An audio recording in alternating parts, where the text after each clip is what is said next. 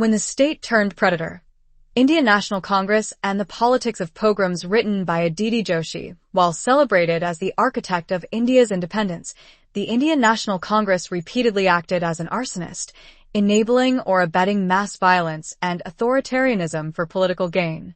The Indian National Congress, long celebrated as the architect of independent India, has in fact been its most frequent arsonist. The party that wrapped itself in the mantle of secularism and unity is responsible for some of the worst eruptions of mass violence in the Republic's history. Far from being aberrations, these episodes reveal a recurring pattern in which the Congress state turned its coercive apparatus not against external enemies, but against its own citizens, often to secure political advantage. From the massacre of the Chitpavan Brahmins to the police firing on unarmed sadhus during the 1966 Gopāstamī protests in Delhi, to the state-sponsored pogrom against Sikhs in 1984, Congress rule again and again left trails of blood. Even longer arcs of hostility, such as the systematic marginalization of Brahmins in Tamil Nadu, fit within this larger pattern of silence, complicity, and persecution. This article examines these episodes through the testimony of commissions of inquiry, parliamentary debates, and credible reportage. By situating the violence within a broader political context, it argues that the Congress legacy must be reassessed, not as the party of freedom and nation-building, but as a political machine that repeatedly fractured the very social fabric it claimed to protect. Pogrom against Chitpavan Brahmins in the immediate aftermath of Mahatma Gandhi's assassination on January 30, 1948 by Nathuram Godse, a Chitpavan Brahmin from Pune. The entire Chitpavan community was subjected to collective punishment through widespread mob violence across Maharashtra. Contemporary accounts and oral histories attest that hundreds of Brahmins were killed, their homes and temples looted and destroyed, and families forced into mass displacement. While not officially acknowledged as state-sponsored, the role of local Congress workers in inciting mobs, coupled with the conspicuous inaction of the police, points to a tacit complicity on the part of the ruling party. The political dividends of this silence were considerable. The pogrom effectively dismantled the once dominant socio-political position of Chitpavans, who had provided towering nationalist figures such as Bal Gangadhar Tilak and Gopal Krishna Gokhale, and ensured the rise of Maratha dominance in Maharashtra's politics under the Congress umbrella. Unlike later instances of mass violence, such as the 1984 anti-Sikh pogrom, this episode received no official commission of inquiry, leaving it largely erased from mainstream historiography. Its neglect underscores both the selective memorialization of violence in post-colonial India and the Congress Party's recurring pattern of Congress ने बार बार जातीय और सामुदायिक वैमनस्य को अपने राजनीतिक हथियार के रूप में इस्तेमाल किया, और यही उसकी असली विरासत है। 1966 का गोपाष्टमी नरसंहार 7 नवंबर 1966 को दिल्ली की सड़कों ने स्वतंत्र भारत की सरकार और उसके धार्मिक नागरिकों के बीच सबसे भयावह टकराव देखा। हजारों हिंदू भक्त साधुओं की अगुवाई में संसद की ओर बढ़े। उनकी केवल एक मांग थी देश भर में गोहत्या पर पूर्ण प्रतिबंध। मगर कांग्रेस सरकार ने संवाद के बजाय सीधा बल प्रयोग का रास्ता चुना। कई घंटों तक चले तनाव और झड़पों के बाद पुलिस को गोलियां चलाने का आदेश दिया गया। आधिकारिक आंकड़े 7 मौतों तक सीमित रहे, जबकि प्रत्यक्षदर्शियों और पत्रकारों के अनुसार असली संख्या सैकड़ों में थी। यही अंतर दिखाता है कि संकट के क्षणों में राज्य की रिपोर्टिंग कितनी अपारदर्शी और अविश्वसनीय थी। कुछ ही दिनों बाद राज्यसभा में जब चर्चा हुई तो चारों ओर आक्रोश गूंजा। विभिन्न दलों के सांसदों ने इस घटना को नरसंहार कहा और सरकार से जवाबदेही की मांग की। उनके वक्तव्यों से साफ था कि यह सिर्फ कानून व्यवस्था का सवाल नहीं था, बल्कि बहुसंख्यक समाज के नैतिक विवेक पर गहरी चोट थी।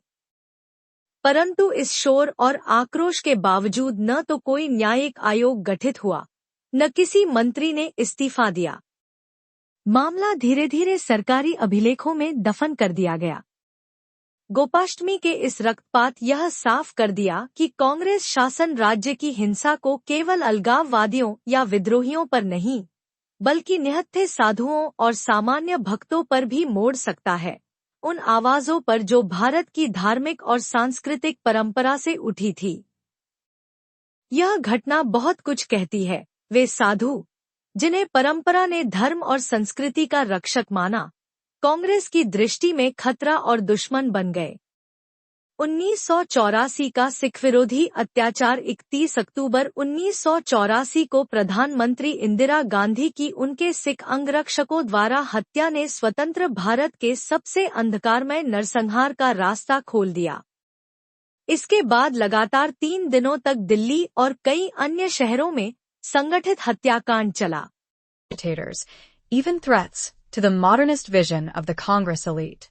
The pogrom as politics. The 1984 anti-Sikh atrocity, the assassination of Prime Minister Indira Gandhi on October 31, 1984 by her Sikh bodyguards precipitated what is now widely recognized as the darkest pogrom in independent India. For 3 consecutive days, Delhi and other urban centers descended into orchestrated carnage. Eyewitness testimonies, journalistic investigations, and the reports of human rights organizations consistently documented a chilling pattern. Mobs were not spontaneous aggregations of grief-stricken citizens, but were armed, organized, and directed. Voter lists were used to identify Sikh households. Kerosene and iron rods were distributed systematically, and survivors recalled assurances from local Congress leaders that those participating in the violence would enjoy protection from prosecution. The Justice G.T. Nanavati Commission of Inquiry, established in 2000 and reporting in 2005, lent institutional authority to these accounts. It concluded unequivocally that local Congress functionaries incited or helped the mobs and singled out leaders such as Sajjan Kumar for their role in enabling mass violence. Equally damning was its finding of deliberate police inertia. Law enforcement personnel either failed to intervene or actively abetted the attackers. This abdication of the state's most basic responsibility, protecting its citizens, revealed the pogrom as not merely a communal riot, but as a state-enabled atrocity. The scale of death remains contested, though the divergence is telling in itself. The Ahuja Committee placed the nationwide toll at 3,325, with 2,733 in Delhi alone, while the Home Ministry, in its reply to Parliament, later cited slightly different figures, 2,146 deaths in Delhi and 586 elsewhere. Even these official tallies, which many consider conservative, make the 1984 killings one of the largest episodes of targeted communal violence since partition. Scholarly consensus underscores that the violence was qualitatively distinct. It bore the hallmarks of organization, sanction, and impunity, separating it from the more localized riots of earlier decades. Rajiv Gandhi's infamous remark, "When a big tree falls, the earth shakes," delivered in the aftermath of the massacre, encapsulated the callousness of the regime. It simultaneously trivialized the suffering of the Sikh community and normalized the notion of retaliatory violence as the natural order of politics. For survivors, justice was postponed for decades, with prosecutions delayed, witnesses intimidated, and many accused leaders continuing in public life. For the Congress, however, the political calculus yielded immediate dividends. In the general elections of December 1984, it swept to power with an overwhelming parliamentary majority. Silenced by ideology, anti-Brahmin hostility in Tamil Nadu, unlike the sudden eruption of mob violence in Delhi in 1984, Tamil Nadu did not witness a single cataclysmic massacre of Brahmins. Instead, what unfolded was a slower, insidious process of marginalization that worked through rhetoric, structures, and occasional physical intimidation. The rise of non-Brahmin movements in the early 20th century, later crystallized into the Dravidian political project, generated a sustained discourse that positioned Brahmins as the monopolizers of education, bureaucracy, and cultural capital. This framing quickly seeped into popular consciousness, creating what scholars like M.S. Pandian have described as an anti-Brahmin common sense, in which derision of the Brahmin identity became both normalized and politically virtuous. Rhetorical violence was the most visible front of this process. Electoral campaigns often hinged on anti-Brahmin slogans, with the Brahmin imagined as the quintessential oppressor of the Tamil masses. Tamil cinema, too, reinforced these stereotypes, portraying Brahmins as pale-skinned, Sanskrit-chanting caricatures, at once effeminate, out of touch, and conniving. The repetition of these tropes shaped popular attitudes in subtle but powerful ways. Like propaganda elsewhere, such as the use of caricatures against Jews in Europe, the constant circulation of these images helped legitimate social suspicion and mockery as acceptable cultural expressions. Structural violence compounded these rhetorical strategies. Educational and employment policies implemented under Dravidian regimes significantly reduced Brahmin representation in sectors where they had historically been dominant. The introduction of extensive caste-based reservations in higher education transformed the demographic composition of medical and engineering colleges, where Brahmins, once a majority, became a small minority by the 1970s. Similarly, in the bureaucracy and state services, reservation quotas curtailed Brahmin participation, leaving young graduates with fewer opportunities within Tamil Nadu. Cultural policies also reinforced this displacement. The privileging of Tamil over Sanskrit eroded traditional Brahmin roles in temple administration, music, and scholarship, thereby reshaping the landscape of cultural authority. Reports from the 1950s and 1960s note instances where Brahmin households in smaller towns faced harassment during anti-Hindi or anti-Brahmin agitations. Symbolic acts of humiliation, such as the cutting of the sacred thread, signaled that Brahmin identity was no longer invulnerable in the public sphere. These were not widespread pogroms, but they reinforced the cumulative message of exclusion and insecurity. The long-term consequence of this hostile environment was migration. Beginning in the mid-20th century and accelerating by the 1980s and 1990s, many Brahmin families left Tamil Nadu in search of professional and cultural space elsewhere. Some resettled in Bengaluru, Hyderabad, and Mumbai, while others pursued opportunities abroad, particularly in the United States. This exodus dramatically altered the community's demographic presence in Tamil Nadu, while simultaneously fueling the growth of a Tamil Brahmin diaspora that is visible in global academia, technology, and medicine. In this sense, the story of Tamil Nadu's Brahmins is not one of a sudden conflagration, but of a sustained attrition, a slow displacement that redefined community identity and reshaped the state's social fabric. Yet, what makes this saga even more striking is the studied silence of the Indian National Congress. Though the party never held the reins of power in Tamil Nadu once the Dravidian tide took over, it sat by quietly, watching this slow attrition unfold. The Congress neither checked the deepening hostility toward Brahmins, nor offered meaningful political or institutional resistance to the discriminatory currents sweeping the state. By its indifference, it effectively legitimized the cultural and structural marginalization that stripped the Brahmins of their once secure place in Tamil society, reducing them to a vulnerable minority forced to seek dignity and opportunity outside their homeland. The emergency state. Congress's machinery of repression if Tamil Nadu exemplified ideological complicity. The emergency, 1975-77, revealed the Congress Party's capacity for unmediated authoritarianism. On June 25, 1975, Prime Minister Indira Gandhi declared a state of emergency, suspending civil liberties and reducing the world's largest democracy to rule by decree.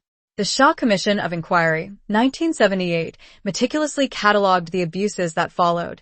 Tens of thousands detained without trial under preventive detention laws, censorship imposed on the press, custodial torture, and mass demolitions of urban settlements under the guise of beautification. Perhaps the most notorious feature of this period was the coercive sterilization campaign, spearheaded by Sanjay Gandhi as part of a demographic discipline. Official figures record over 10 million sterilizations during the emergency years, many carried out under duress, with marginalized and impoverished communities disproportionately victimized. Testimonies collected by the Shah Commission detail instances of villagers being rounded up en masse, of livelihoods being threatened unless voluntary consent was given, and of botched medical procedures leading to lifelong injury or death. While the emergency was not communal in character, its significance lies in demonstrating the Congress's willingness to weaponize the state against its own citizens when power itself was imperiled. The suspension of habeas corpus, described by Justice H.R. Khanna in his famous dissent as the slaughter of the Constitution, revealed the fragility of India's democratic order under Congress rule. Violence, whether physical, structural, or symbolic, was not an accidental byproduct, but a deliberate instrument of governance. The emergency thus stands as a reminder that the Congress's complicity in mass violence was not confined to communal settings. It extended to the very foundations of the Republic, exposing how easily democratic institutions could be bent or broken when survival of the party and its dynasty was at stake. The architect and the arsonist, the Indian National Congress occupies a paradoxical place in the historical imagination of modern India. Nationalist historiography, particularly in its mid-20th century form, casts the party as the singular architect of freedom and the guardian of secular democracy. School textbooks, political memoirs, and official commemorations reinforced this narrative of the Congress as the father of the Republic. Yet revisionist scholarship and the testimony of survivors point toward a more troubling countermemory, that the very party presided over some of the gravest betrayals of the Republic's founding ideals. From ascetics felled by state bullets in Delhi in 1966 to Sikhs hunted down in the pogrom of 1984, from the hauntings of the emergency era, the party's willingness to suspend liberties, coerce populations, and bend constitutional norms revealed the precariousness of India's democracy under its stewardship. The Congress may have worn the mantle of the architect of independence and the builder of democratic institutions, but history shows it was also the arsonist that repeatedly set fire to the fragile social fabric of the Republic. Far from being India's friend, Congress again and again betrayed the very people it claimed to represent, whether by unleashing mobs, crushing dissent, or subverting the Constitution itself. Confronting this legacy is not about balancing two sides of a story, but about facing a hard truth. Congress was never the guardian of Indian democracy, but its most persistent saboteur.